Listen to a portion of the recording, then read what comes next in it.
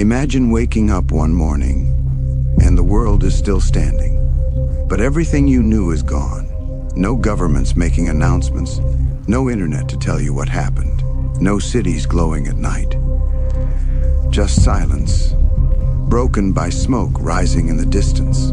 World War III didn't end humanity, but it changed who gets to survive, because after the bombs stop falling, after the fire fades, only one question matters: who survives the world after World War III, and why them? Stay with me, because the answer is more unsettling than you think. Surviving World War III doesn't begin with rebuilding, it begins with enduring the first few hours. When the bombs fall, survival is brutally uneven. Those closest to the blast zones don't get a second chance. Cities vanish in seconds. Entire populations are erased before they even understand what's happening. The first survivors are not the strongest or the smartest. They are the ones who were simply far enough away. Rural areas become lifelines. Small towns, isolated communities, places without strategic value. People who lived far from military bases, capital cities, and major infrastructure suddenly find themselves alive in a world that no longer functions. But escaping the explosions is only the beginning. The first year after World War III is the most dangerous year in human history. Radiation doesn't announce itself. It drifts silently with the wind, poisoning water, soil, and food. Many survivors don't die immediately. They get sick weeks later, never realizing the air itself is killing them. Hospitals are gone. Medicine is scarce. A small infection becomes a death sentence. Food becomes the next enemy. Global supply chains collapse overnight. Supermarket shelves are emptied within days. Refrigeration fails. Crops stop growing as sunlight fades and temperatures drop. Those who survive the first year are the ones who knew how to store food, purify water, and live without modern systems. Communities matter more than weapons. Lone survivors rarely make it. Groups do.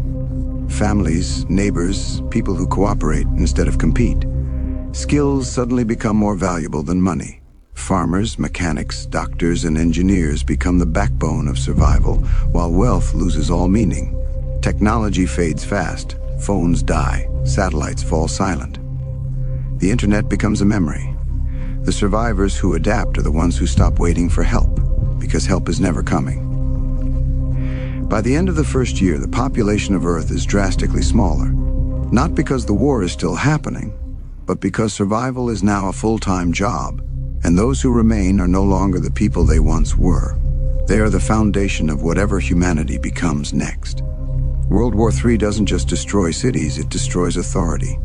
In the aftermath, governments don't fall all at once, they fade. Presidents stop speaking, emergency broadcasts go silent. Chain of command breaks down as communication disappears. What once felt permanent, borders, laws, power, suddenly becomes fragile. In many places, the government simply no longer exists. Military units are cut off from leadership. Some disband, others take control of whatever territory they can protect. A uniform no longer represents a nation, it represents survival. Power shifts away from capitals and toward whoever controls food, water, and security. Local rule replaces global order. Small regions become independent worlds. A town with clean water becomes a kingdom. A warehouse full of supplies becomes a fortress. Leadership isn't elected anymore, it's proven. Those who can organize, defend, and provide become leaders, whether they want to or not. Not all power is violent. Some communities rebuild structure peacefully. They create rules, they protect children, they ration food. These places survive longer because people believe in something again. Hope becomes a resource as important as medicine. But elsewhere, darker systems rise. Warlords, armed groups, survival gangs. In a world without consequences, morality bends. Control is enforced through fear. History repeats itself. Not because humans are evil, but because desperation strips away choice. Borders lose meaning. Nations no longer fight over ideology. They fight over land that can still grow food. Areas untouched by radiation become the most valuable places on Earth. Migration becomes constant. Conflict follows it. And somewhere in the chaos, a new kind of world order begins to form. Not global, not connected, fragmented. Humanity doesn't unite after World War III, it fractures.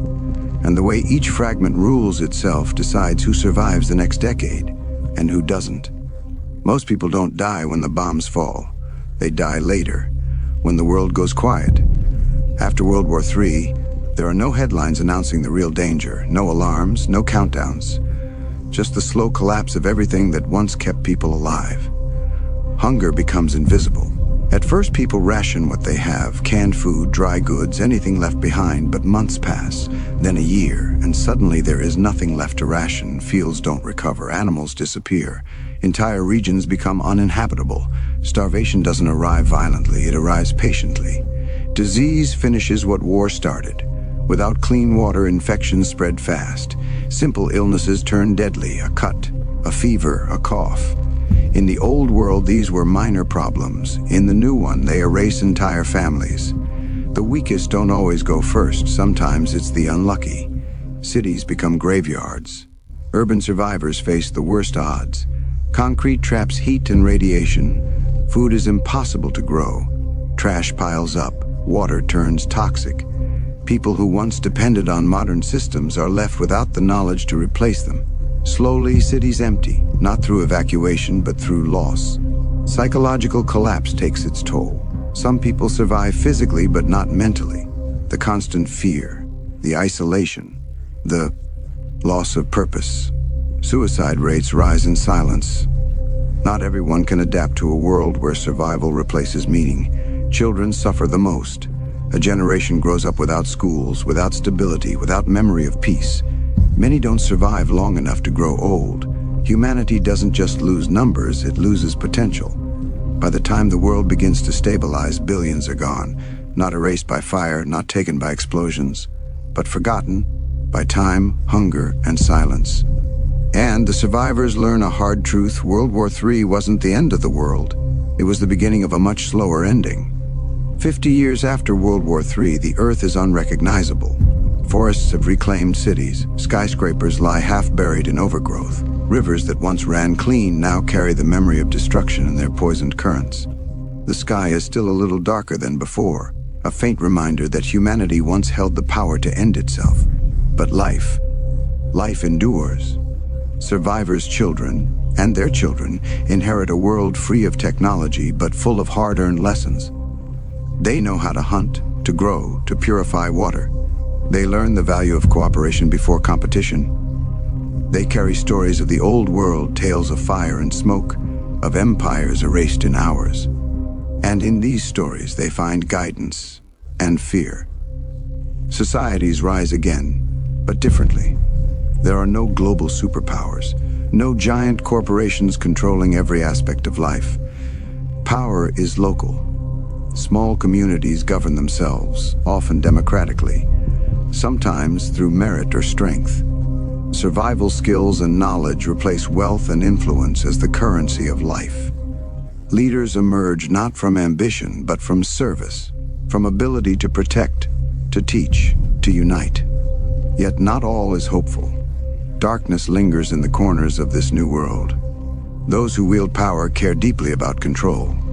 Some repeat the mistakes of the old world. Conflicts erupt over clean water, fertile land, or even old technology salvaged. From ruins, humanity's flaws persist, but in a smaller, rawer, more immediate form. And in the quiet moments when the wind blows through the ruins of a city, survivors look up at the sky and wonder, will we ever rise beyond the cycle of war? Or is survival all we were ever meant for? The answer is uncertain. But one thing is clear. Humanity endures, not because it is perfect, but because it refuses to die. Even after the darkest hour, even after the fires of World War III, life finds a way.